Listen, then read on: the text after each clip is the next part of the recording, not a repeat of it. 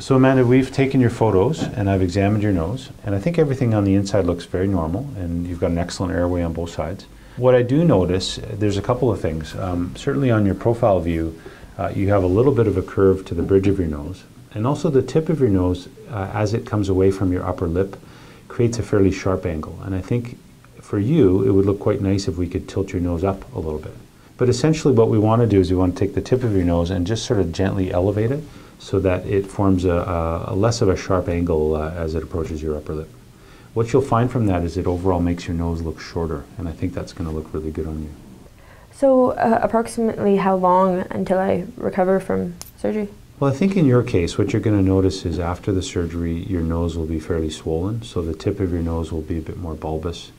Your bridge, you'll see an improvement right away in your bridge, but probably it'll be a little bit more swollen than what it will be long term. The position of your tip in terms of how much we rotate it upwards, you're going to see that right away. Most of the time I'll have to overcorrect the tip a little bit because in the post-operative period, your tip will probably fall down a little bit. So initially your tip may look a little bit too high, and that settles down over a period of a few months. So do I have to do anything special with my sleeping position? You know, I think it's fine to sleep on your side or on your back. I don't know if it's very common for you to sleep on your face anyway, no. So you probably won't do that after the surgery, but it's probably best to sleep on your back or on your side. I also suggest that people sleep in a more upright position. So if you can sleep on a few pillows, it really helps to minimize the swelling on your nose, but that's all you really need to do in terms of precautions.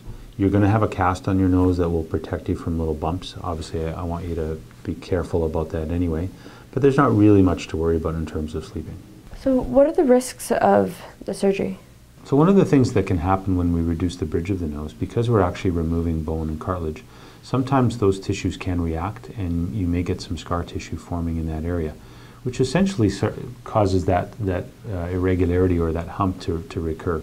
It's not generally as big as it is now, but it may not necessarily be as straight or as low as we might want it to be.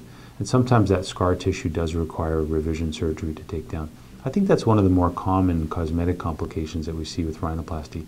Very difficult to predict who's going to form scar tissue or callus formation in that area. So we really don't know, but usually you can start to see that problem occur at 4 to 6 weeks after the surgery.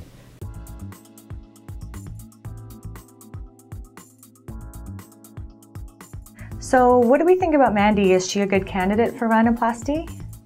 She is. Mandy has a couple of features that I think are very predictably corrected by rhinoplasty.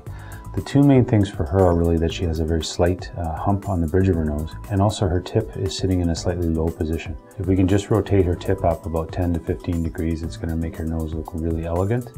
It will also camouflage some of the curvature she has on her bridge. So one of the things she came to see me about was really for bridge reduction, and I think I'm not going to actually have to reduce the bridge very much if I can tilt her tip up. So I've showed her that with computer imaging, and I think that was sort of the moment that she realized what the problem with her nose was, what it was when I tilted her tip up.